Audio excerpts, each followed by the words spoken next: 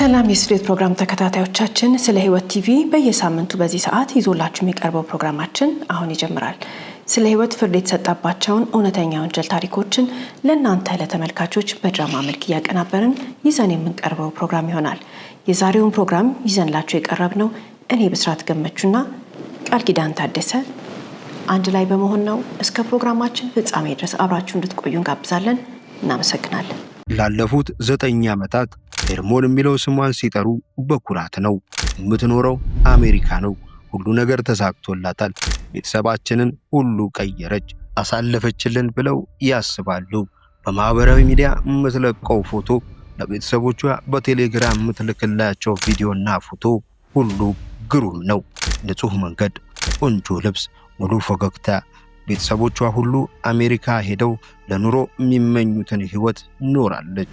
አንድ ቀን ግን ልጠይቃችሁ እመጣለሁ ብላ ስትነግራቸው ቤተሰቦቿ ተደሰቱ። መላ ቤተሰቡ ንግስት እንደሚቀበሉ ተዘጋጁ። ቤቱ ቀለም ተቀባ፣ መጋረጃ ተቀየረ፣ ሶፋ ታጠበ፣ ምንጣፍ ተገዛ፣ አልጋ ከና ለባሳቱ ተገዝቶ መኝታ ቤቱን አሳመሩላት። የናፈቋትን ሄርሞን ወደ ሀገሯ ከ6 ዓመት በኋላ ተመልሳ መጣች። ቤቱን ደስታ ሞላው። ሁሉም ቤተሰቦቿ የኑሮ ዋስትና የመሻሻል መንገዳችን ልጃቸውና እህታቸው ሄርሞን ናት። በየተራ አሜሪካ እንደምትወስዳቸው ቃል ገብታለች። ዛሬ አጠገባቸው ሆና ትስቃለች፣ በልቧ ግን ፈርታለች። በተደጋጋሚ ስልኳን በሰቀቀን ታያለች። ቤት ሁሉም ተኝቶ እሷ ግን ፈርታ ሳተኛ ታድራለች። ሄርሞን ቤተሰቦቿን ተመልሼ እሄዳለሁ ብላለች፣ ግን ዋሽታቸዋለች። ለእረፍት ሳይሆን ጥፋቷን ሸሽጋ ተደበቃ ነው የመጣችው። ሄርሞን ምን ሰርታ ከአሜሪካ አምልጣ መጣች? ጥፋቷን ተከትሎ ታዲያ አሁን ቤተሰቦቿ ቤት ድረስ መጥቶ ይበቀለኛል ብላ የሰጋችው ሰው ማን ነው?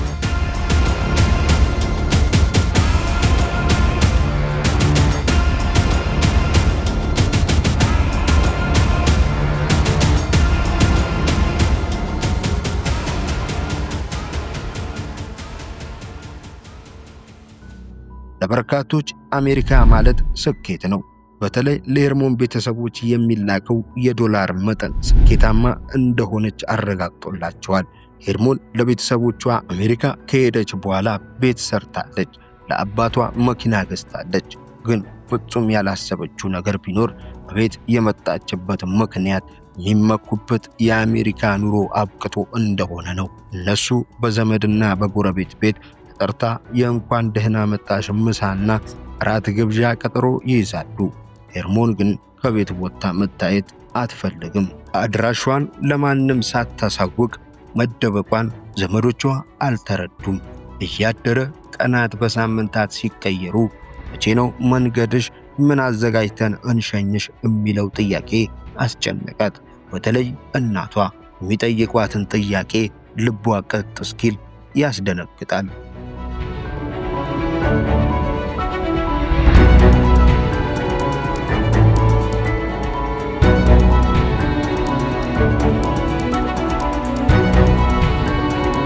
እናትና አባቷ እንግዲህ ውጪ ወይም ደግሞ እሷ የሄደችበት ሀገር የመኖሪያ ፈቃድ እንደምታሰጣቸው ሁልጊዜ ትነግራቸው ነበር። እንግዲህ ልጃቸው ሄርሞን በእሷ ምክንያት ቤተሰቦቿ እንግዲህ ወደ እሷ እንደሚሄዱና የመኖሪያ ፈቃድ ወይም ደግሞ የመኖሪያ እድል እንደሚያገኙ ነበር ሁሌ የምትነግራቸው።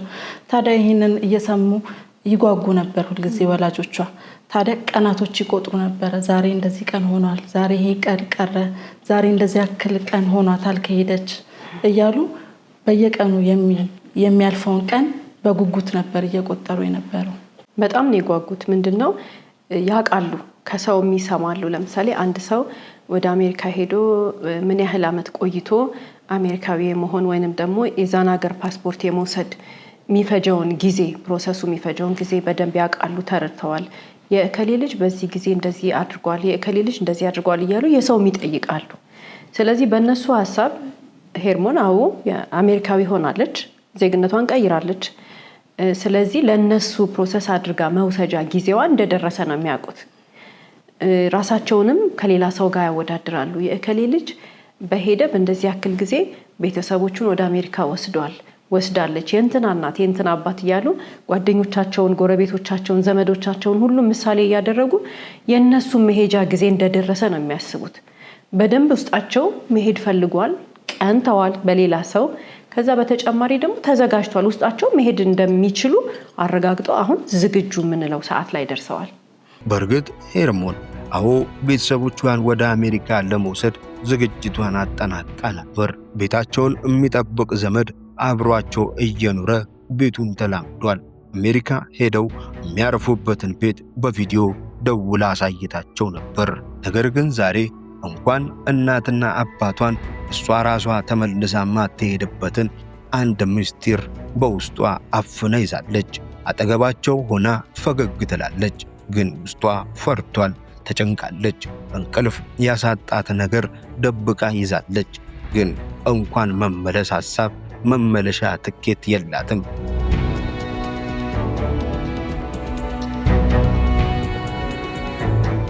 ወንድሟ ሊሰራ ያቀደው ነገር ስላለ በርካታ ገንዘብ እንድትሰጠው እያስጨነቃት ነው።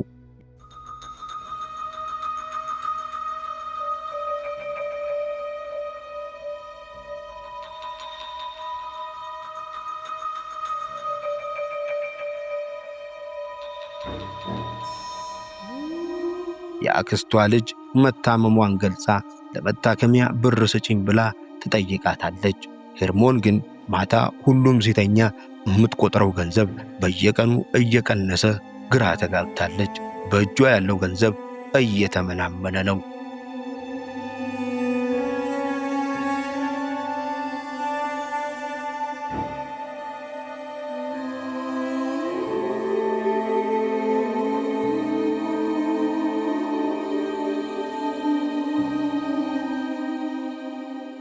ግራ መጋባቷን ያባባሰው እያደር ጭንቀት የፈጠረባት ግን በሞባይል አልመለስም ስትል በቤት ስልክ የሚደውለው ሰው ነው። ሄርሞን መደበቅ የማትችልበትን ሁኔታ የፈጠረው ሆን ብሎ በስልክ የሚያሰቃያት ሰው ማንነቱን ቤተሰቦቿ እንዲያውቁ አልፈለገችም። ለምን? የተከለከለችው አጠገቡ እንዳትደርሺ የተባለችው ልጅ ነው።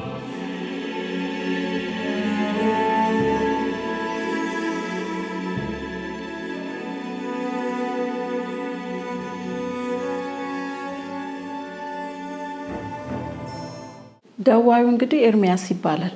ይሄ ልጅ እንግዲህ ለሷ ወይም ለሄርሞን በአስራዎቹ አካባቢ በጣም ያንግ በነበረችበት ጊዜ ፍቅረኛዋ የነበረ ጓደኛዋ የነበረ በጣም የምትቀርበው ለሷ እንደ ወዳጅ አድርጋ የያዘችው ልጅ ነው። ልጁ ግን መልካም ባህሪ ያለው ልጅ አይደለም፣ ወይም ደግሞ ጥሩ ባህሪ የምንለው ስነ ስርዓት ያለው ልጅ አይደለም። በጣም ዱርዬ የሆነ ልጅ ነው። በዛ ላይ ብዙ ነገሮች ነበር የሚያደርገው። ወንጀል ይሰራል፣ ብዙ ወንጀሎች ያደርጋል። ስልክ ይቀማል፣ ሰው ይመታል፣ ይደባደባል። የማያደርገው ነገር የለም። ይሄ ዱርዬ የሚባል ስም በቃ ቢሰጥ ለሱ ነው የሚሰጠው። ምክንያቱም የማይደረጉ ነገሮች ሁሉ ነበር የሚያደርገው። ታዲያ በጣም የሰፈሩ ሰው ሰልችቶታል፣ ታክቶታል፣ በሚሰራው ስራ ደክሞታል። ምክንያቱም ማረሚያ ቤት ኦልሞስት ቤቱ ሆኗል ማለት ይቻላል። 10 ጊዜ ነው የሚመላለሰው። ታርሟል ተብሎ ተቀጥቶ ይወጣል፣ መልሶ ያንኑ ደግሞ ድጋሚ ሰው ይነጥቃል፣ ሰው ይመታል። የማያደርገው ነገር የለምና በዚህ ምክንያት እንግዲህ ቤተሰቦቹ የኛ ልጅ ነው እንዴ ብለው እስኪጠራጠሩና እስኪሰላቹ ድረስ ልጅነቱን ራሱ ላለመቀበል እስኪፈልጉ ድረስ ይሄን ያለ አታካች ሆኗል ማለት ነው። የሚያስገርመው አሁን ያልሻቸው ባህሪዎች ሁሉ ለራሱ ቤተሰቦችና ለሄርሞን ቤተሰቦች ነው እንጂ ለሷ ግን በጣም የምትወደው በጣም የምታከብረው ህይወቷን ዘመኗን ሁሉ አብራው ልትኖር የምትፈልገው ፍቅረኛዋ ነበር። ያኔ በልጅነታቸው 10 ምናምን ዓመት በኋላ ቤተሰቦቿ ካለያዩት በኋላ ቤተሰቦቿ ከዚህ ልጅ ጋር በፍጹም ካሏት በኋላ ማናችንም ብንሆን ደግሞ እንደ እናትና እንደ አባት እንዲህ አይነት ነገር ቢገጥመን የመጨረሻውን መስዋዕትነት ከፍለን ምናለያየው አይነት ሰው ነበረ። ይሄ ብልሹ ባህሪው ዱርዬ የሚባለው ነገሩ ምንም የሚቀረው ጥፋት የለም ልጁ። እሷ ግን በጣም የምትወደው ፍቅረኛዋ ነው በሰዓቱ። ለዚህ ነው ከቤተሰቦቿ ተደብቃ ከ10 ምናምን ዓመት በኋላ እንደገና ግንኙነታቸው መቼ ይቀጥል መቼ ጀምሩ አብረው ነበሩ ወይ የምናውቀው ነገር የለም። ግን 10 ምናምን ዓመት ቆይታ ደብቃ ለቤተሰቦቿ ሳትናገር በሌላ መንገድ ፕሮሰስ አድርጋ ይሄንን ልጅ ወደ አሜሪካ ወሰደችው። ወስደው አንድ ላይ ነው የሚኖሩት። እኛ ቤተሰቦቿ ናቸው ማያውቁት እንጂ እሷ ትዳር ውስጥ ናት ያለችው። 1 ዓመት 2 ዓመታት አልፎታል። ልጁ አብሯት መኖር ከጀመረ ከወሰደችው ከሷ ጋር ከሆነ ግን ትንፍሽ አላለችም። ለቤተሰቦቿ ምንም የተናገረችው ነገር የለም። ሄርሞን አሁን ብዙ ምስጢር ከቤተሰቦቿ ደብቃ ስቃይ ውስጥ ብትሆንም የሚደወለው ስል ቢያስጨንቃትም ከቤተሰቦቿ ሸፍና እያንዳንዷን ቀን በምን እያሳለፈች ነው? ሁሉ ነገር የተጋለጠው ግን ይህ ግለሰብ ወደ ቤታቸው የመጣ ጊዜ ነበር። ግለሰቡ የኤርሚያስ ወንድም ነው። በር አንኳኩቶ ሲገባ እናት አባቷ፣ ወንድሟና ሄርሞን ደነገጡ።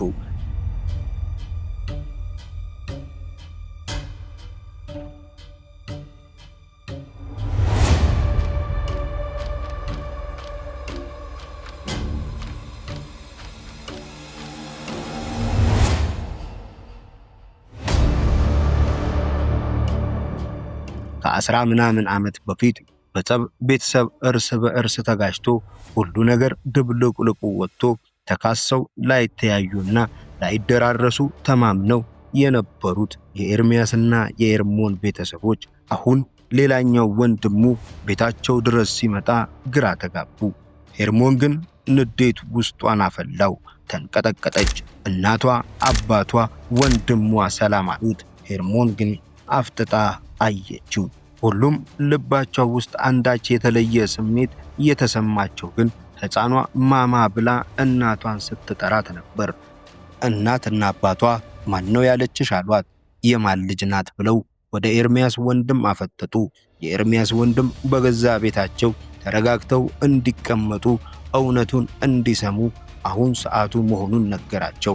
አሁን የኤርሚያስ ወንድም ስለ ሁሉም እውነት አስረዳቸው። ሄርሞን ማያውቋት ልጃቸው እስክትመስላቸው ግራ ተጋቡ። ተይ አይሆንም ብለው ዱርዬ እያሉ ያንቋሸሹትን ሰው አሜሪካ ወስዳ ልጅ ወልደው በትዳር ሲኖሩ እንደነበር ታወቀ። ሌላው ግን ኤርሚያስ ሕፃን ልጃቸውን ብቻውን ማሳደግ ስለማይችል አሁን ግን ግዴታ የልጅ ልጃችሁን አሳድጉ እንዳለ አሳወቃቸው። አያይዞ ግን ልጃቸው ወደ አሜሪካ እንደማትመለስ ሲነግራቸው ያኔ አቅም አጡ። ቤተሰቡ ተረበሸ። እንግዲህ ኤርሚያስ አሜሪካ ከሄደ በኋላ እሷ ፕሮሰሱን ሁሉ አድርጋለት ይዛው ከሄደች በኋላ እዛ ሀገሩን ተላመደ። ምን እንዳለ እያየ ሁሉን ነገር እያየ ነው እንግዲህ አዳፕት እያደረገ የመጣው ማለት ነው። ታዲያ ከዛ በኋላ ምንድነው ያደረገው? ያጠናውን ወይም ደግሞ እዚህ ሲሰራው የነበረውን ነገር ወይም ባህሪ ነው እዛ ይዞ እንግዲህ ሄደው። ያ ባህሪው አልተላቀቀም። ፕላን ያደረገው ነገር ምንድነው? ወንጀል ነው።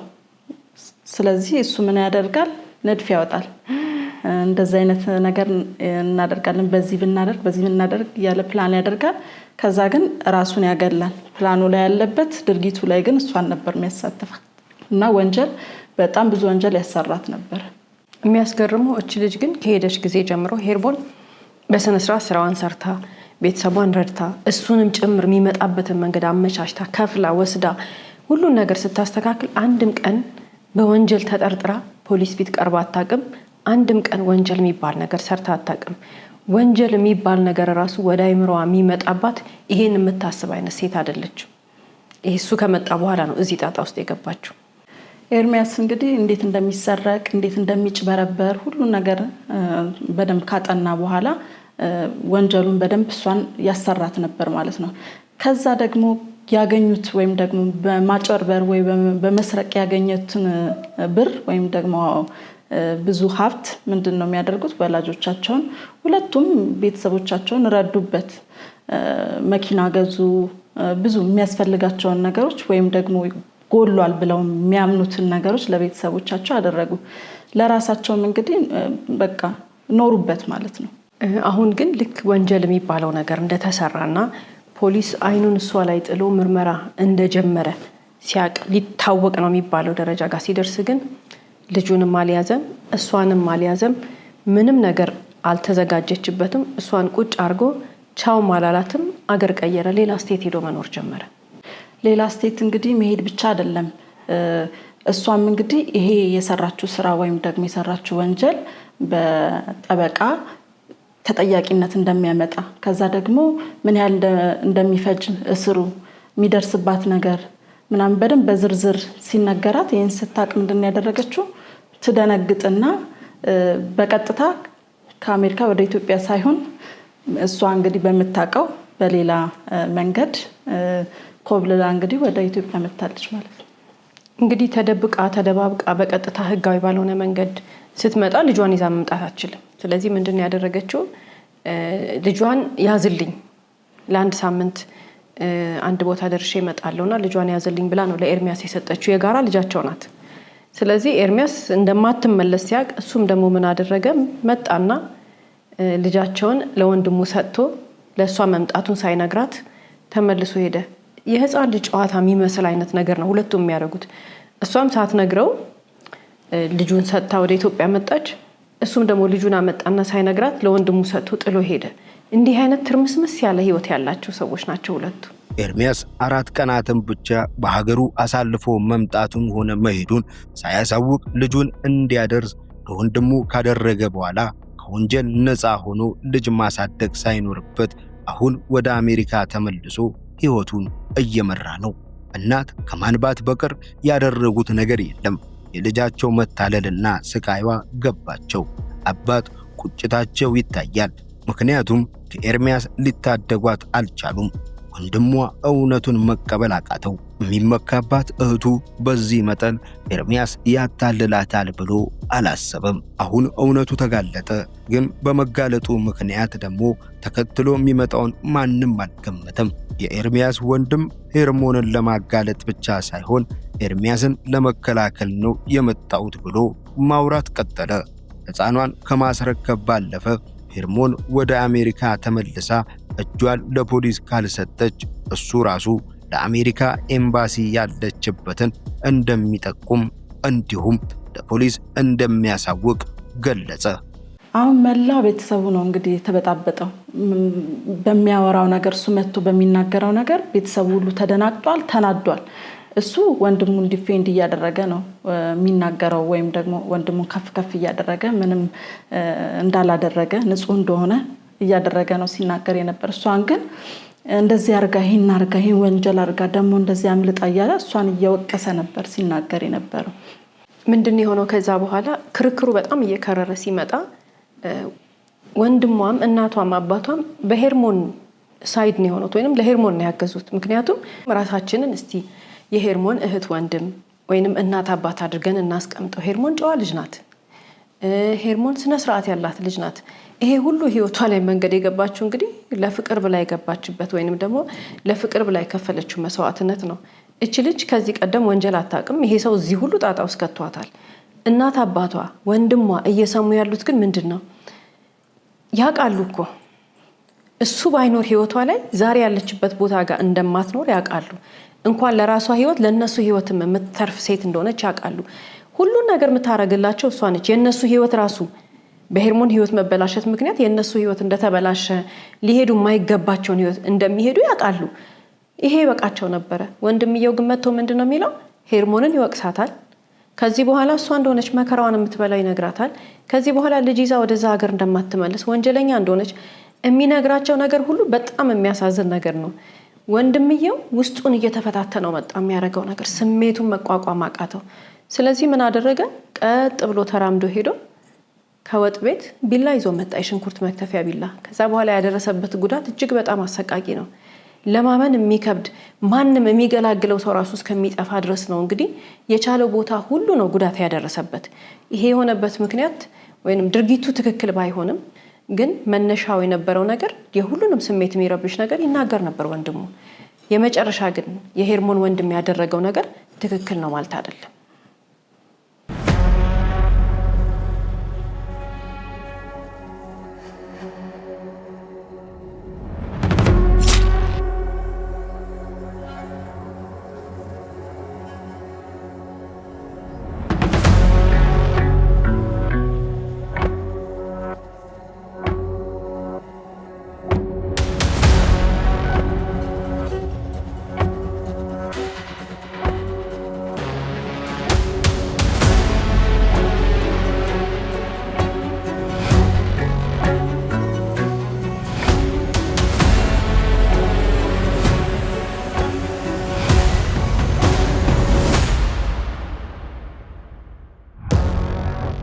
የኤርሚያስ ወንድም ሆስፒታል ከደረሰ በኋላ 3 ደቂቃ ቆይቶ ሕይወቱ አለፈ። የሄርሞን ወንድም በሕግ ቁጥጥር ስር ዋለ። ፖሊስ የወንጀል ድርጊት ከተፈጸመ ዕለት ጀምሮ ሙሉ ምርመራውን አጠናቆ ወንድሟ በሕግ ፊት ቀርቦ ለፈጸመው አሰቃቂና ዘግናኝ ወንጀል ቅጣቱን ተቀበለ። ታዲያ ሄርሞን እስካሁን የተጠረጠረችበት አሜሪካ ሰራች የተባለው ወንጀል ምርመራ ላይ ሲሆን ግን ለመመለስ ሳትፈልግ ቤተሰቦቿ ቤት ሕፃኗን ለማሳደግ ተገደደች። በሷ ምክንያት ወንድሟ እድሜ ልኩን ማረሚያ መክረሙ ብቻ ሳይሆን ኤርሚያስ ለመላ ቤተሰቡ ሕይወቱ መቃወስ ያደረሰውን ጉዳት እያሰበች አይምሯ ተረበሸ። ወላጆቿና ቀሪ እህት ወንድሞቿ ከጎኗ ቆሙ። ጸጸት ግን ሰላም ነሳት። ሄርሞን ሥራ መስራትና ሕይወቷን መቀጠል በፍጹም ተሳናት። ለሷ ከእናትና ከአባቷ ጋር ውሎ ማደር ሕይወቷ ሆነ። ልጇ ትምህርት ቤት ገባች። ኑሮ ቀጠለ። ግን አሁንም ኤርሚያስ ልጁን ይረዳልና ከሱ ጋር ማውራት ግዴታዋ ሆኖ ኑሮዋ ቀጠለ።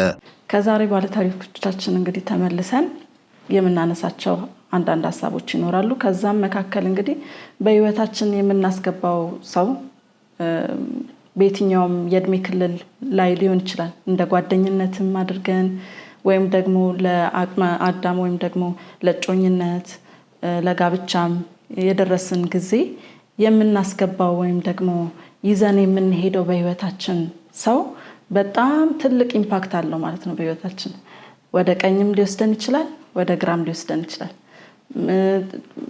መጨረሻችን እንዲያምር ምክንያት ሊሆን ይችላል።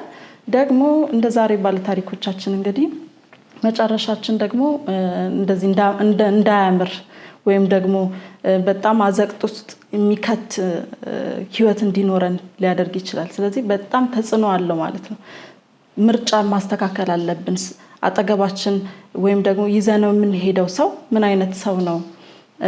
ኢንካሬጅ የሚያደርገን ሰው ነው ወይ? መልካም ሰው ነው ወይ? ስብዕናውስ ምን አይነት ነው? ብዙ ክራይቴሪያ ልናወጣ እንችላለን። ይህንንም ደግሞ የምናውቀው በህይወት መንገዳችን ላይ እንግዲህ ከማየት እንኳን ማወቅ ይቻላል፣ ከንግግር ማወቅ ይቻላል ማንነቱን። ከዛስ በቅርበታችን መሀል ከቤተሰቡ ማወቅ ይቻላል። ታዲያ እንደዚህ ህይወታችንን ሊያመሰቃቀል ወይም ደግሞ እንደ ዛሬ ባለ ታሪኮቻችን እንግዲህ ከኛም አልፎ እንደገና ቤተሰቦቻችን ድረስ ሄዶ የቤተሰቦቻችን ህይወት ሁሉ እስኪያመሰቃቀል እስኪያተራምስ ድረስ ሊያደርግ እንደሚችል እያወቅን ያንን ሰው ሙጥኝ ማለት በጣም ከባድ ነው። ልክ አይደለም።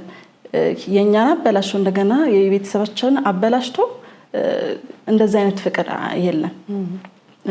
ፍቅር ያ ሰው እንግዲህ ለኛ የሚሞትልን ለኛ መልካም የሚያስብልን ከኛ አልፎ ደግሞ ለቤተሰቦቻችን ሪስፔክት ያለው መልካም ሰው መሆን አለበት። በየትኛውም የህይወት አጋጣሚ በፍሬንድሺፕም ቢሆን ሪሌሽንሺፑ። ስለዚህ መቀጠል የሚኖርበት ከኛ ጋር መልካም ሰው ነው። ለኛ መልካም የሚያስብ ሰው ነው። ለኛ መጨረሻችንን በቃ ትክክል ሊያደርግልን የሚችል ሰው ነው። አትሊስት ብዙ ተጽዕኖ እንኳን ባያሳድር ትንሽ መልካምነት የሚታይበት ቢሆን መልካም ነው። አለበዚያ ግን በህይወታችን የሚገባው ሰው ወንጀለኛ ከሆነ ክፉ የሚያስብ ከሆነ እንደገና ደግሞ እንደ ዛሬ ባለ ታሪካችን ቀማኛ ከሆነ ሌባ ከሆነ ደብዳቢ ከሆነ እስር ቤት የተለማመደ ከሆነ አብረን የዋልነው ሰው ምንድነው የሚያደርገን? ይጎትተናል። በጣም ኢምፓክት አለው። አብሮ ከመዋል ምን ይመጣል? ባህሪ ይጋባል፣ አመል ይጋባል። ከዛ ያ የምንጠላው ነገር ወይም ደግሞ ይሄ ትክክል አይደለም በጣም መጥፎ ባህሪ ነው ተብለን ያደግነው ነገሮች ሁሉ እየተላመድን ስንመጣ ትክክል ይመስለናል። ከዛ በኋላ ራሳችን የት እናገኛለን? እሱ የሚሰራው ወንጀል ውስጥ እንደ ዛሬ ባለ ታሪካችን እሱ የሚሰራው መጥፎ ህይወት ውስጥ ራሳችን ዘፍቀን እናገኛለን። ከዛ ትክክል ነን ብለን ልናስብ እንችላለን። ለዚህ ነው ታዲያ ጓደኝነትን መምረጥ አለብን። በህይወታችን መንገድ ላይ የምናስገባቸው ሰዎች በህይወታችን ስንኖር አብረውን የሚመጡ ሰዎች፣ አብረውን የሚኖሩ ሰዎች፣ የሚከተሉን ሰዎች ምን አይነት ሰዎች ናቸው ዴስቲኒያችንን እንደሚወስኑ በጣም ጠንቅቀን ልናስብበት ይገባል። ሌላው የዛሬ ባለ ታሪኮቻችንን ተመልክተን የምንታዘበው ነገር ወይንም የምናየውና በጣም ለኛም ይጠቅመናል ብለን የምናነሳው ሐሳብ አንዳንድ ጊዜ የፍቅር ግንኙነት ውስጥ ወይንም ትዳር ውስጥ ሊሆን ይችላል፣ ቤተሰባዊ ግንኙነት ውስጥም ሊሆን ይችላል፣ እህት ወንድም ውስጥ ሊሆን ይችላል። በፍቅር ሰበብ ጥፋት ይኖራል ወይንም ደግሞ ወንጀል ይኖራል። ከጎናችን ያለው ሰው የምንወደው ሰው የትኛውም አይነት ግንኙነት ይሁን ወንጀል ሊሰራ ይችላል። አሁን አብረነው ከዛ ሰው ጋር እዛ ነገር ውስጥ የምንነከር ከሆነ ወይንም ደግሞ አብረነው ራሳችንን እዛ ውስጥ የምናስገባ ከሆነ እንደ ዛሬ ባለ ታሪካችን እዳውን የምንከፍለው የምንቀጣው እኛ ነን። የዛሬ ባለ ታሪካችን ከመጀመሪያው ጀምሮ ጥፋት ውስጥ እጁን ሲከት ራሷን ለማዳን ወስና ቢሆን ኖሮ እሱ ነፃ ሆኖ እሷ ለሱ ለሰራው ወንጀል ዋጋ አትከፍልም ነበር።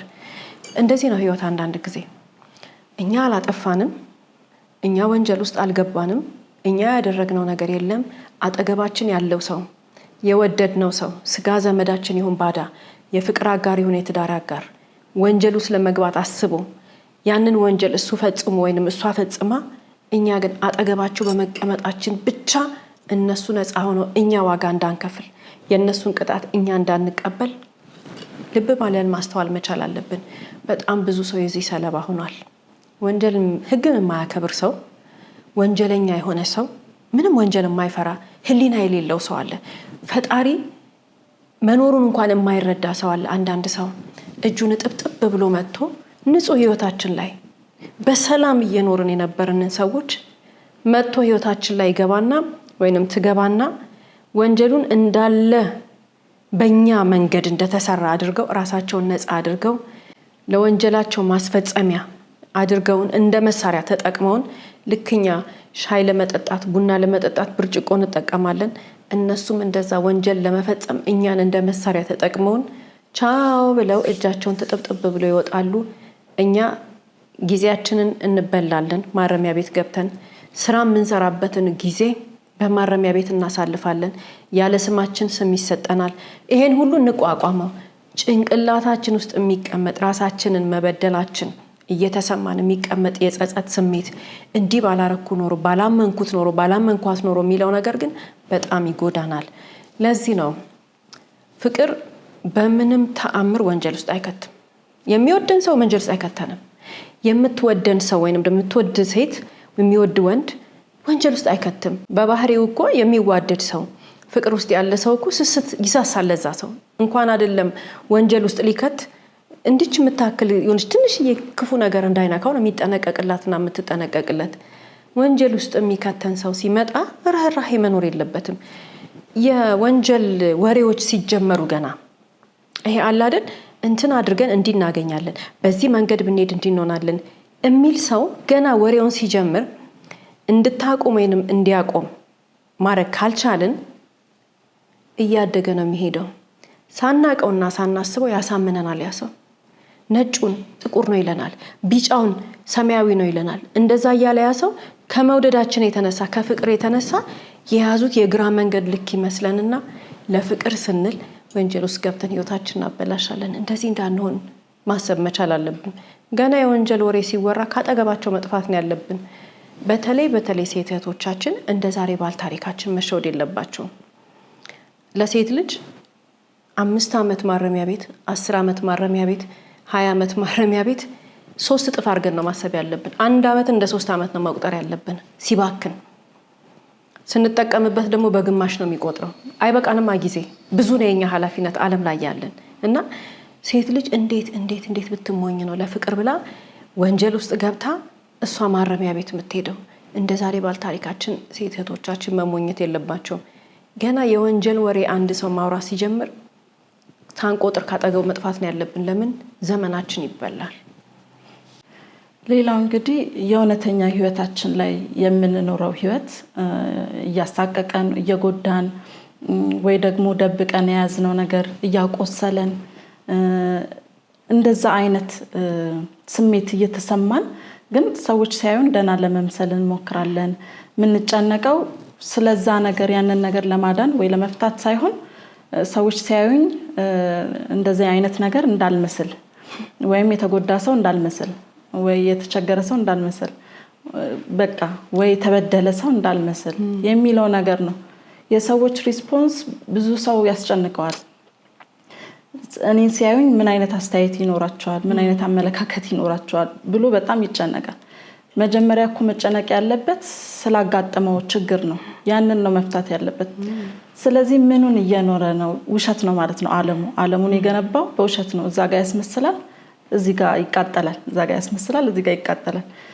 ይሄ ራሱ ሳይኮሎጂካሊ መምሰል፣ ማስመሰል እውነተኛውን ኑሮ እየኖረች ወይም እየኖረ እንዳልሆነ ያሳያል። ታዲያ ይሄ የፌክ ኑሮ፣ የውሸት ኑሮ ድንገት የሆነ ጊዜ የገነፈለ ጊዜ፣ ድንገት የፈነዳ ጊዜ በኋላ ማስተካከል አይቻልም። ሰዎችም እጥፍ ያወራሉ። ሰዎችም የዛን ጊዜ ምንም የሰውንም እንትን መቋቋም አንችልም። ስለዚህ አሁን ለሰው ምላሽ ወይም ደግሞ የሰው አስተያየት ሲያየን ምን ይመስለዋል፣ ምን ያስባል፣ በህይወቴ፣ በኑሮዬ፣ በቤተሰቤ፣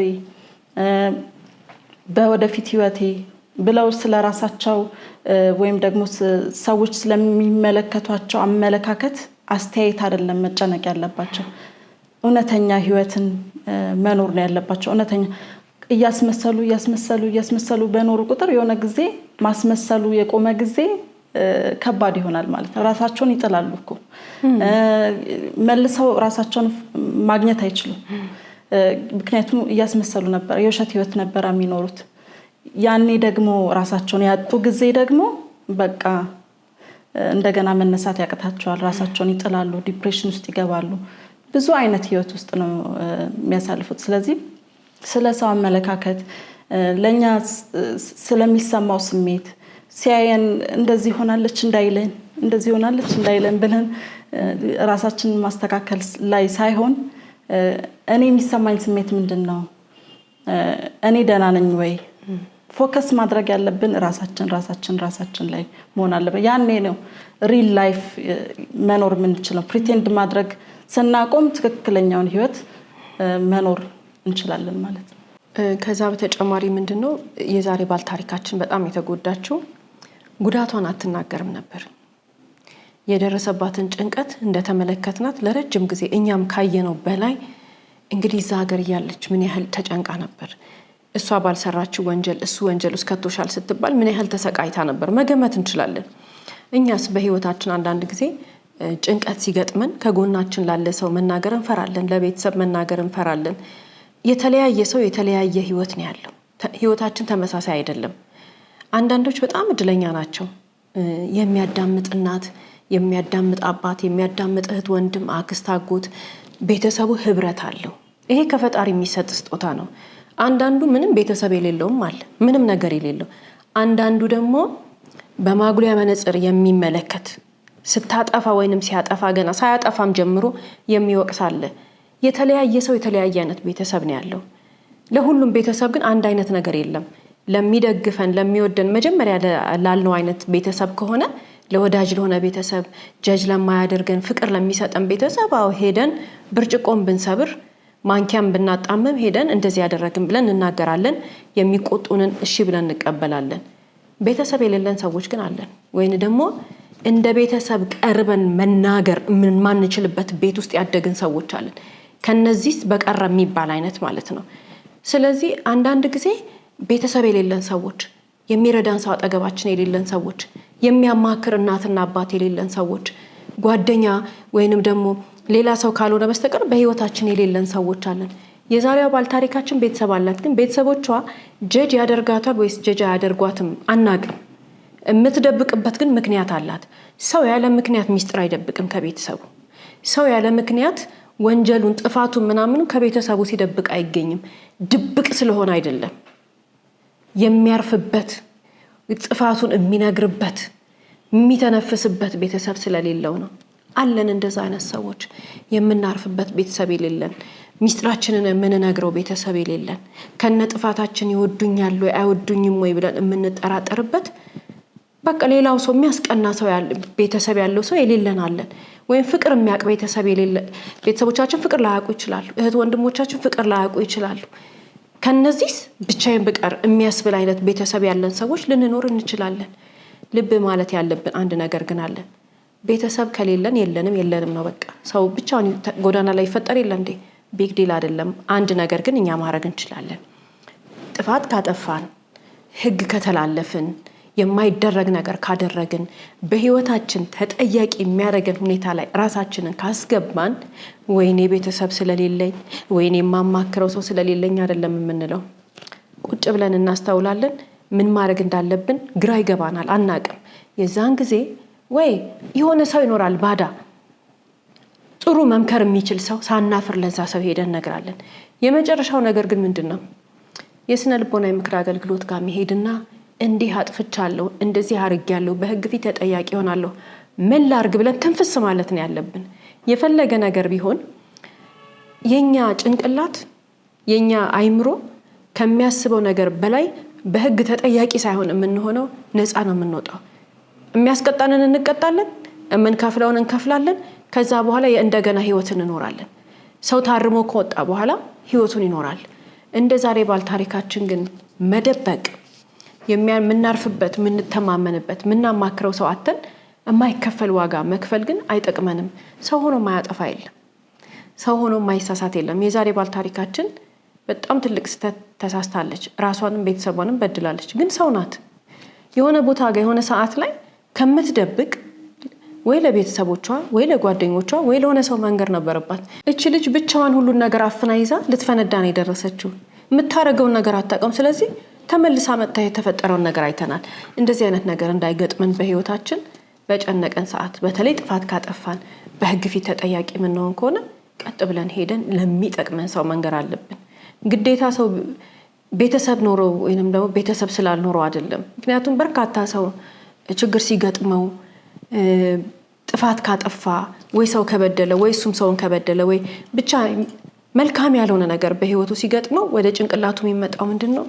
እኔ ቤተሰብ ስለሌለኝ ነው፣ ወይ ቤተሰቦቼ ይገሉኛል። ምንድነው? ቤተሰብ ካለ አለ፣ ከሌለ የለም። በቃ ይሄንን ተቀብለን መኖር አለብን። በተለይ እድሜያችን ከፍ እያለ ሲመጣ ትልቅ ሰው ስንሆን ማገናዘብ ያለብን ነገር ቤተሰብ ጡጦ የሚሰጠው ለህፃን ነው። ቤተሰብ ለትልቅ ሰው ጡጦ አይሰጥም። በቃ ለኔ ህይወት እኔ ነኝ ኃላፊነት ያለብኝ።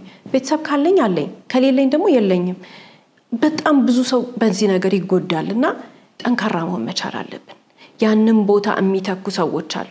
እንደ ዛሬ ባለ ታሪካችን ተሸፋፍነን ቁጭ እንዳንል። ጎጂ ባህል ነው ጉዳታችንን፣ ሚስጥራችንን ምናምን ምን እንደምናረግ ጥፋታችንን ለሰው ሳንናገር ወይኔ እንደዚህ ሆናለሁ ብሎ ተሸሽጎ መቀመጥ ትልቅ ጎጂ ባህል ስለሆነ ያንን ረግጠን ማለፍ መቻል አለብን። ከእንደነዚህ አይነት ጎጂ ልማዶች ወጥተን ቀና ብለን ራሳችንን ማሰብ አለብን። ጥፋት ያጠፋሁት ሰው ስለሆንኩ ነው፣ ጥፋቴን እቀበላለሁ የሚል ሞራል ነው ሊኖረን የሚገባው። ሌላው ሀሳብ እንግዲህ ረጅሙን ህይወት አብረነው ልንኖር የመረጥነው ሰው ስንመርጥ ምርጫችን የተሳሳተ መሆኑን ካወቅን አንድ ስቴፕ ሄደናል። አወቅን ማለት አትሊስት ትንሽ አመታችንን እንኳን እናድናለን ወይም እናተርፋለን። ምክንያቱም አወቅን ማለት ከዛ መጸጸት ይመጣል፣ ከዛ ደግሞ ማስተካከል ፕሮሰስ እያለ ይሄዳል። ነገር ግን ምርጫችን ትክክል አለመሆኑን ካላመንን፣ አይ ይሄ ሰው አይሆንሽም፣ ይሄ ሰው እንደዚህ አይነት ሰው ነው እያለ ሰውም ሲነግረን ማንሰማ ከሆነ ትክክለኛ እንደሆነንና ሰውየው ልክ እንደሆነ ሀቀኛ እንደሆነ ወይ ደግሞ ለኛ የሚመቸን እንደሆነ እንደምንወደው እንዳልተሳሳተን አይምሮአችንን ድፍን ካደረግን ሙሉ ህይወታችንን ያበላሽብናል ማለት ነው። ስለዚህ የመጀመሪያው ስቴፕ ምርጫችን ትክክል አለመሆኑን ስናቅ ማስተካከል እንችላለን። ወይም ደግሞ ልክ አለመሆናችን ስናቅ መጣል ያለብን እንጥላለን፣ ወይም አብሮ የሚሄደውን ሰው አብረን ልንጓዝ እንችላለን።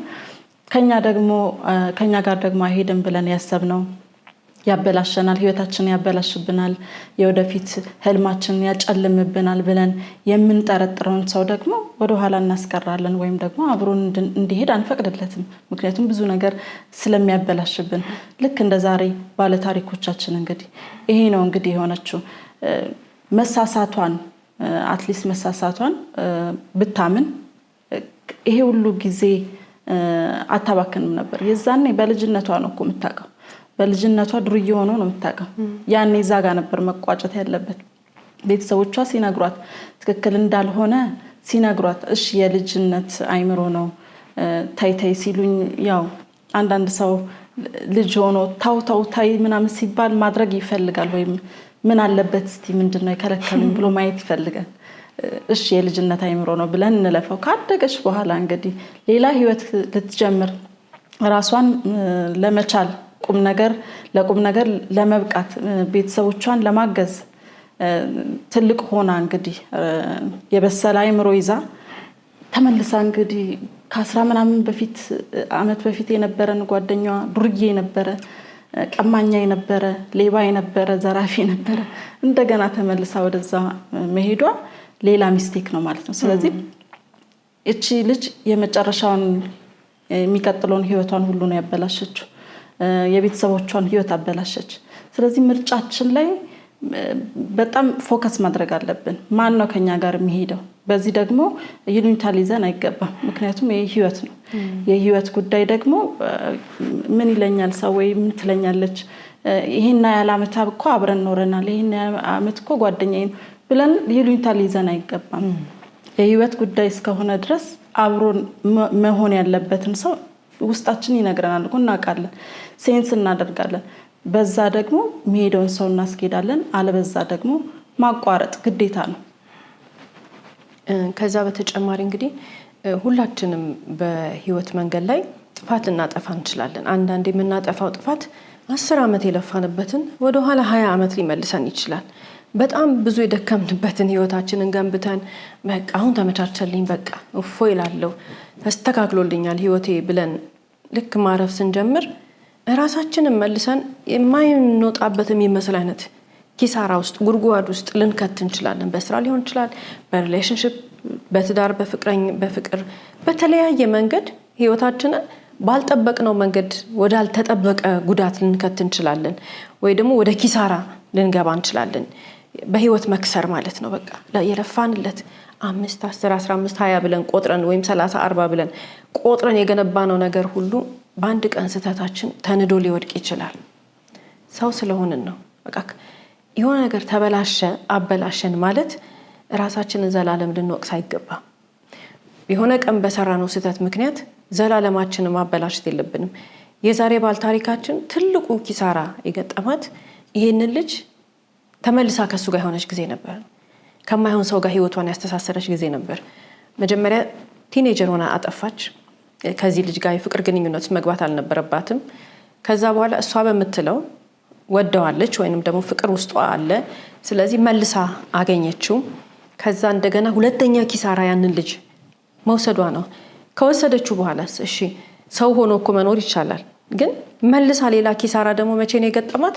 ከሱ ጋር አብራ ያላትን ነገር እሺ ብላ በራሷ ስም፣ በራሷ ተግባር፣ በራሷ አሻራ፣ በራሷ ሁሉ ነገሯ በሚገኝበት ነገር ውስጥ ወስዳ ራሷን ወንጀል ውስጥ የከተተች ጊዜ ነው። ገንዘብ እንዲያገኙ ሁለቱ፣ እሱ ሙሉ ለሙሉ ነፃ ሆኖ በጥፋት ላይ ጥፋት፣ በጥፋት ላይ ጥፋት፣ በኪሳራ ላይ ኪሳራ ስታደርግ ነበር። እሺ ተመልሳ መጣች። ተመልሳ ከመጣች በኋላም ደግሞ እንደገና መደበቋ ለቤተሰቧ ትንሽ ብትገልጽላቸው ኖሮ ደግሞ ወንድሟ ቢያንስ ይድን ነበር።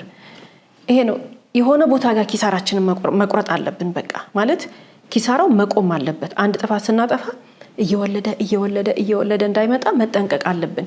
በማስተዋል ብንመለከት እኮ የሆነ ቦታ ጋር የሆነ ነገር እንሳሳታለን፣ ወይ ለመደበቅ ብለን ወይ ደግሞ ስህተት እንደሆነ እየገባን ግን ራሳችንን ክደነው በስህተቱ ላይ እንደገና ሌላ ስህተት የምንጨምርበት ሁኔታ አለና ሁልጊዜም ቢሆን በህይወታችን ስንኖር ጥፋት እናጠፋለን። ሰው እስከሆነ ድረስ መሳሳታችን አይቀርም። ሰው ነና መኖር ካላቆምን በስተቀር መሳሳታችንን አናቆምም። ልክ ግን ስህተት ስንሰራ ከዛ ከስህተት ውስጥ ተምረን ምንወጣ ከሆነ ቁጭ ብለን ምንድነው የተሳሳትኩት ብለን ራሳችንን ሳንክደው ለራሳችን ታማኝ ሆነን ከዚህ ስህተት ውስጥ ምንድነው የምማረው፣ ይሄን ስህተት ደግሜ እንዳላረገው ምን ማድረግ አለብኝ ብለን መማር አለብን። አብዛኛውን ጊዜ የዛሬ ባል ታሪካችን የተሳሳተችውን አይነት ስህተት የሚሳሳቱ ሰዎች አሉ። ጨዋ ይሆናሉ። በቃ ህግን የሚያከብር ሰው፣ ፈጣሪን የሚፈራ ሰው ጨዋ ነው። ግን ከማን ጋር ራሱን ማስተሳሰር ይወዳል ወይንም ከማን ጋር ራሷን ማስተሳሰር ይወዳሉ? አንዳንድ ሰዎች ከጥፋተኛ ሰው ጋር፣ ሴትም ይሆናል ወንድ። ያ ልጅ ወይንም ያች ልጅ ጨዋ ናቸው። ለሰው ለዓለም ስናቀርባቸው ኖርማል ህይወት ነው ያላቸው። ግን አንዳንድ ሰው የሆነ የጥፋት መንገድ ካለበት ሰው ጋር ራሱን ማስተሳሰር ይወዳል። በጣም ጥፋተኛ ከሆኑ ወይ ብዙ የስነልቦና ጥያቄ ይኖረዋል ያ ነገር ወይንም ደግሞ ሐኪም ባለሙያ ቢያገኛቸው የሚመልስላቸው መልስ ይኖራል ብለን ነው የምናስበው። ከጥፋተኛ ጋር ከወንጀለኛ ጋር ከሱሰኛ ጋር ምናምን ጋር ራሳቸውን ማስተሳሰር የሚወዱ ሰዎች አሉ። እዚህ ጋር እነሱን ለብቻ ነጥለሽ ስታያቸው እኮ ንጹህ ሰዎች ናቸው፣ ጥሩ ሰዎች ናቸው፣ መልካም ሰዎች ናቸው። ይሰራሉ፣ ይማራሉ፣ ህይወታቸውን በጨዋነት ይገነባሉ። ግን ይሄዱና ጓደኛ ሲባሉ ጥፋተኛ ጓደኛ፣ ፍቅረኛም ሲባሉ ጥፋተኛ ፍቅረኛ፣ ትዳርም ሲገቡ ከጥፋተኛ ሰው ጋር። እንደዚህ ስንሆን ራሳችንን ካገኘ ነው የምንመርጣቸው ሰዎች ከኛ ተቃራኒ የሆነ ባህሪ ያላቸው ከሆኑ ወደ ግራ መንገድ የሚሄዱ ጥሩ ወዳልሆነ መንገድ መልካም ወዳልሆነ የህይወት መንገድ የሚወስዱ ሰዎች ጋር መዋል ደስ የሚለን ከሆነ እንደነዛ አይነት ሰዎች አነፍንፈን ፈልገን ሄደን ከእንደነዛ አይነት ሰዎች ጋር ራሳችንን የምናስተሳስር ከሆነ እኛ ለዓለምም ይሁን በመንፈሳዊ ህይወታችን በየትኛውም ቦታ ጋር ጥሩ ቦታ ሆነን ግን ደግሞ ውሏችን ከማይሆን የግራ መንገድ የያዘ ሰው ጋር ከሆነ አንድ የሆነ አይምራችን ላይ ጥያቄ አለ። ወይ አራዳነት ነው የሚመስለን ከነሱ ጋር መዋል፣ ወይ ደግሞ የሰለጠንን ነው የሚመስለን፣ ወይ አይምሯችን የሆነ የሚጠይቀን ነገር አለና ራሳችን ላይ መስራት አለብን። ሁለተኛ እንደዚህ አይነት ሰው ጋር አልውልም ስላልን አናቆምም። አይምሯችን መታከም ነው ያለበት። ከማይሆን ሰው ጋር ራሱን ማስተሳሰር የሚወድ ሰው አይምሮ ላይ አንድ የማያውቀው ነገር አለ። ይሄን ደግሞ ማወቅ የሚችለው ባለሙያ ጋር ሄዶ ነው። አጠገባችን ያለም ሰው እንደዛ ሊሆን ይችላል። እህታችን፣ ወንድማችን ጥሩ ተምረው ጥሩ ሰርተው ምናምን ግን ንክር ብለው ሄደው የሚውሉት ከጥፋተኛ ሰው ጋር ከወንጀለኛ ሰው ጋር ከሱሰኛ ሰው ጋር መዋል የሌለባቸው ቦታ ጋር የሚውሉ ከሆነ መርዳት ነው ያለብን። ባለሙያ ጋር መውሰድ ነው ያለብን። ራሳችንን ስትር አድርገን የምንኖር ከሆነ ከተሰተረ ሰው ጋር ነው መዋል ያለብን። ካልተሰተረና መስመሩን ከሳተ ሰው ጋር ግን መዋል የምንወድ ከሆነ ለራሳችን ታማኝ ሆነን ባለሙያ ጋር መሄድ አለብን። የተሳሳተ ነገር አለ አይምሯችን ላይ። ሌላው ሀሳብ እንግዲህ አንዳንድ ሰው ራሳችንን ብዙ መስዋዕት አድርገን ራሳችንን ከአቅም በላይ ወይም ደግሞ ለኛ ካደረግነው ወይም ደግሞ ለኛ ከዋልነው በላይ ውለታ ብዙ ጊዜ አጠገባችን ላለ ሰው ወይም ደግሞ ፓርትነር ሊሆን ይችላል፣ የህይወት ጓደኝነት ውስጥ ላለ ሰው ሊሆን ይችላል፣ በተለያየ መንገድ በትምህርት ቤት ውስጥ ሊሆን ይችላል፣ ባሉት ጓደኞቻችን ወይ በስራም ባልደረቦቻችን ሊሆን ይችላል። ብዙ ዋጋ ከፍለን ያደረግናቸው ነገሮች በጣም ሊያስደስታቸው ይችላል። ሲጠቀሙብን ሲያዩ ታታሪ ጎበዝ እንደዚህ አይነት ሰው ምናምን ሊሉን ኢንካሬጅ ሊያደርጉን ይችላል። አብረውን ሊሆኑ ይችላሉ፣ ለኛ ሊወግኑ ይችላሉ፣ ሊያበረታቱን ይችላሉ።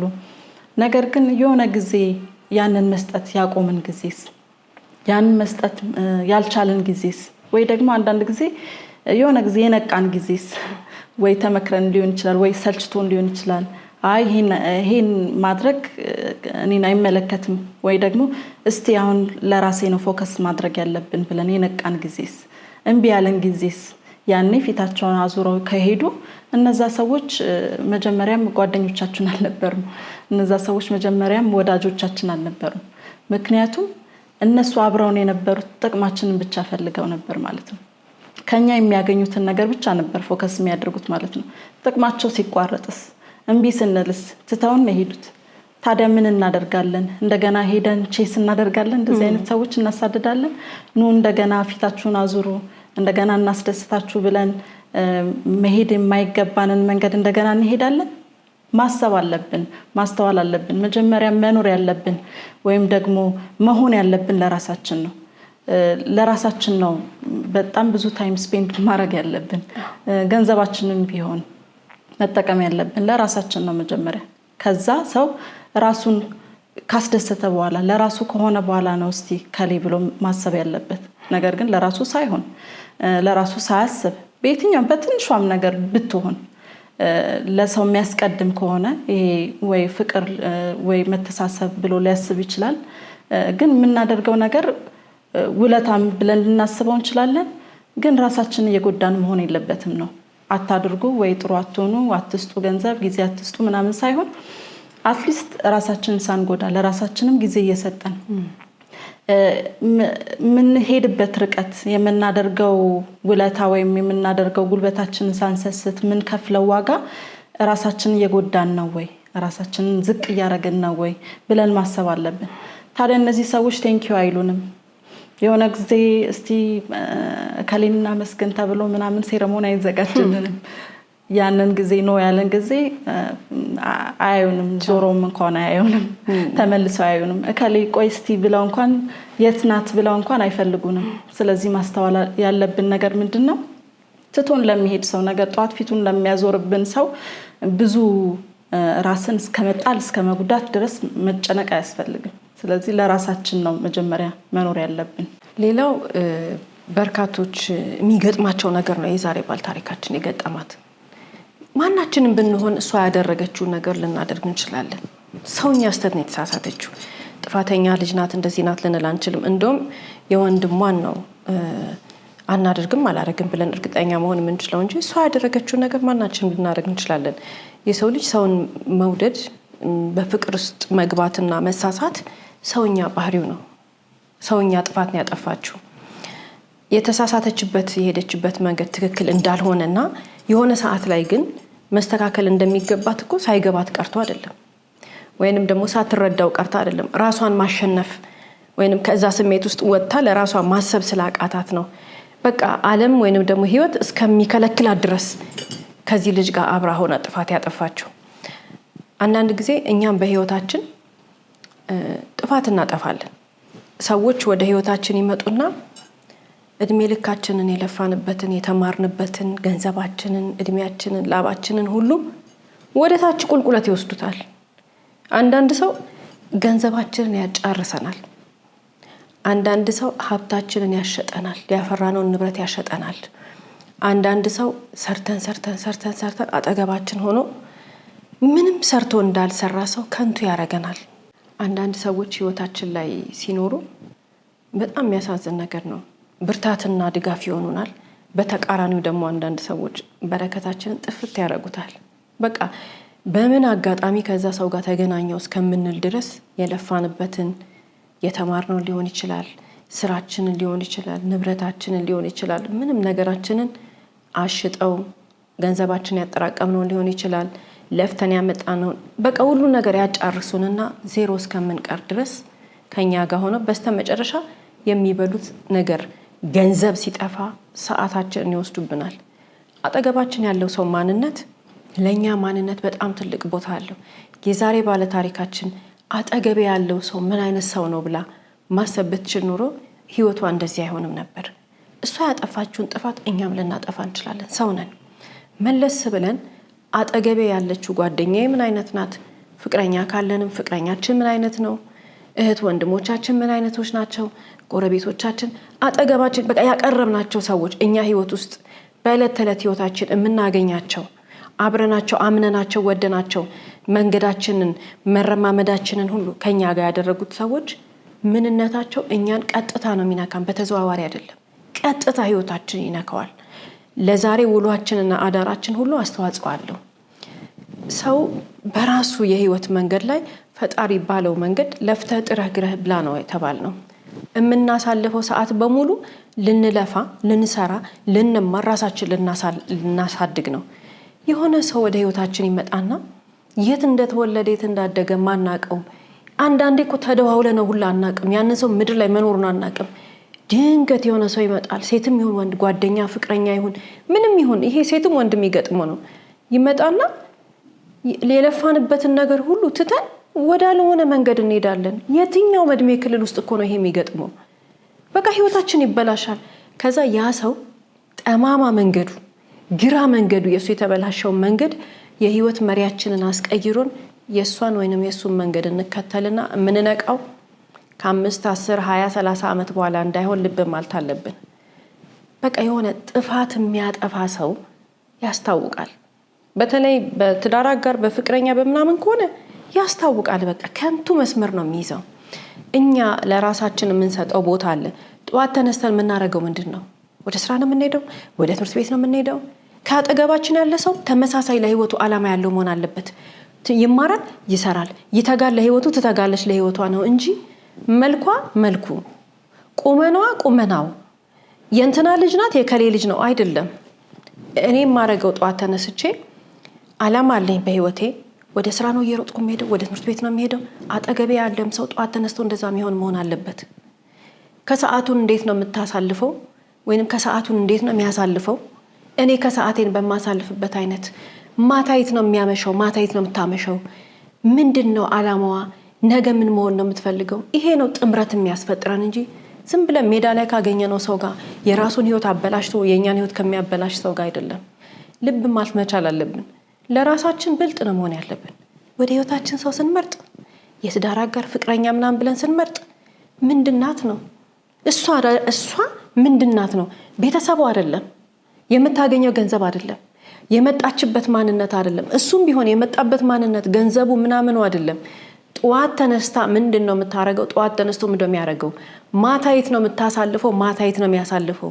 ይሄ ነው የሰው ማንነት እንጂ መልኩ፣ ሀብቱ፣ ምኑ አለም። ራሱን ያከበረ ሰው የተከበረ ህይወት ነው የሚሰጠን። ራሷን ያከበረች ሴት የተከበረ ህይወት ነው የምትሰጠን። የዛ ተቃራኒ ደግሞ ቁልቁለት ነው። ማን ነው ቁልቁለት ለመሄድ ጊዜ የለንም ማለት በእድሜያችን የቁልቁለት መንገድን ለመያዝ ሰዓት የለንም። እንደዛ ማሾፍ የለብንም። ለራሳችን ጎበዝ መሆን አለብን። ፈጣሪ የሰጠን ነፍሳችን የተባረከ ነው። ፈጣሪ የሰጠን ነፍሳችን ውድ ነው። ከማን ጋር እንደምንጠጋ ማወቅ መቻል አለብን። ዓለም ላይ በጣም ብዙ መልካም ሰዎች አሉ። በጣም ብዙ ጎበዝ ሰዎች አሉ። አብዛኛው ሰው ለህይወቱ የሚተጋ ሰው ነው። ለህይወቱ ማይተጋ ቢበዛ ኖሮ ዓለም ላይ እንደዚህ የምናወራበት ዓለም አይኖረንም ነበር። የጥፋት መንገድ ብቻ ይሆን ነበር። ጥቂት ሰዎች ግን አሉ እንደ ዛሬ ባለ ታሪካችን አይነት ስራቸው በሙሉ ቁልቁለት የሚወስድ። አንዳንድ ሰው በረከታችንን ሲወስድብን እጅግ በጣም አሳዛኝ በሆነ ሁኔታ ነውና ጥንቃቄ ማድረግ መቻል አለብን። በረከታችንን ከሚነካ ፈጣሪ የሰጠንን ጸጋ ከሚወስድብን የህይወታችንን መንገድ ወደ ጥፋት ከሚያደርግብን ሰው አጠገብ ራሳችንን በፍጥነት ነው ማራቅ ያለብን። የራሱን ህይወት አበላሽቶ የኛን ህይወት እንደሚያበላሽ በርካታ ሰው በዚህ መግንዛቤ ሳይኖረው ሊኖር የማይገባውን አይነት ህይወት ሊኖር እንደሚችል የዛሬ ባለ ታሪኮቻችን ታሪክ እጅግ በጣም ትልቅ ማስረጃ ነውና በህይወት ልምምዳችን ላይ በእለት ተዕለት እርምጃችን ላይ ጥንቃቄ ማድረግ ያለብን ነገር አለ። የህይወትን በረከት ከሚወስዱ የራሳቸውን ኑሮ አበላሽተው የራሳቸውን ስራ አበላሽተው የራሳቸውን ትምህርታቸውን ጥለው ህይወታቸውን ከንቱ አድርገው ግን ደግሞ የዱርዬ የሚል ስም ያላቸው ሰዎች አጠገባችን መጥተው ከኛ ጋር ስማቸውንም ህይወታቸውንም ለኛ እንዳይሰጡን ጥንቃቄ ማድረግ መቻል አለብን። ውድ የስለ ህይወት ቤተሰቦች፣ ማናችንም በህይወት መንገድ ላይ ከአጠገባችን የሚገኙ መካሪና ደጋፊዎቻችን ለኛ በማሰብ የሚሰጡን ምክር ብቻ ሳይሆን የማስጠንቀቂያ መልእክቶችን ችላ አለማለት ጠቃሚ መሆኑን በዛሬው የስለ ህይወት ፕሮግራማችን ተመልክተናል። በቤተሰብ በጎረቤትና በወዳጅ መካከል ያለ መመካከርና መተጋገዝ ከጥፋት ይጠብቀናል እያልን የዛሬን አበቃን። እስከ ፕሮግራማችን ፍጻሜ ድረስ አብራችሁን ስለቆያችሁ እናመሰግናለን። ሳምንት በተመሳሳይ ሰዓት በአዲስ ታሪክ እንደምንቀርብ እየገለጽን እንደተለመደው በአድራሻችን አስተያየቶቻችሁን ላኩልን። እስከ ሳምንት ድረስ ቸርን ሰንብት።